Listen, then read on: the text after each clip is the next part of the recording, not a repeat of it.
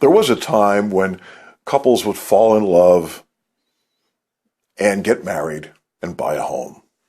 Things have changed. As a matter of fact, the National Association of Realtors reports that last year, about 16% of home ownership was by unmarried couples. So we have to establish, and I recommend you would follow along with me on this, you would have to establish a type of ownership that fits your needs the best. And there are quite a few options out there. First of all, for married couples, it's fairly straightforward. The property is in both names of the married couple.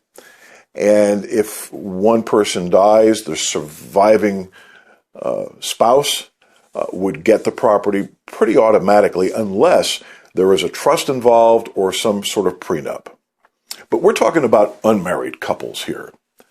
And for unmarried couples, there are some options. First of which is the sole ownership. That means one of you owns the property straight out. It's in writing, and that one person enjoys the responsibilities and the privileges of owning that property.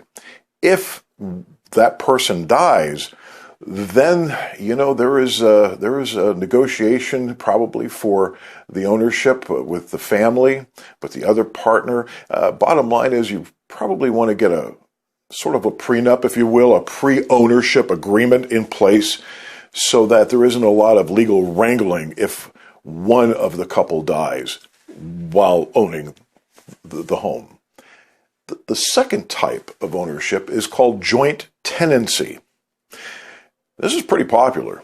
This is where ownership is split 50-50. So each partner has a 50% claim to the property, and there is a right of survivorship. That means if the one party dies, the property automatically conveys to the other surviving partner. And if there is an unfriendly breakup, again, you might want to refer to a trust that is already in place or some sort of pre-ownership agreement, will in place, so that, again, there isn't a lot of legal wrangling at the end if there is an unfriendly breakup. The third type of ownership is tenants in common. And this means that there is an unequal ownership. For example, one owner has 70% of the property, the other owner has 30% of the property. There is no right of survivorship. So if one person dies, the other member of the couple would have to refer to a trust already in place or some sort of agreement already in place. If there is an unfriendly breakup, then the one party would have to negotiate with the other to buy them out, so to speak, so that they have ownership of the property. And again, there should be some sort of a document in place where there is a co-ownership agreement or perhaps even a trust. The bottom line is you always want to refer to a real estate attorney to sort of sort out all of this paperwork and these agreements and the types of ownership. And I have a tip for you that will probably help you out quite a bit. Most title companies have attorneys that are either partners or they're backed by a real estate attorney. And most closings are at title companies.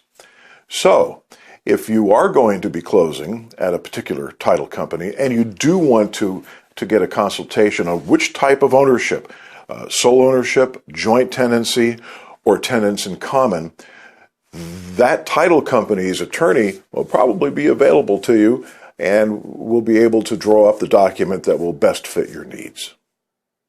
I'm Cliff Hahn, broker and owner of Hahn Real Estate, serving all of Central Texas and the greater Austin area, where it's always time to buy Texas.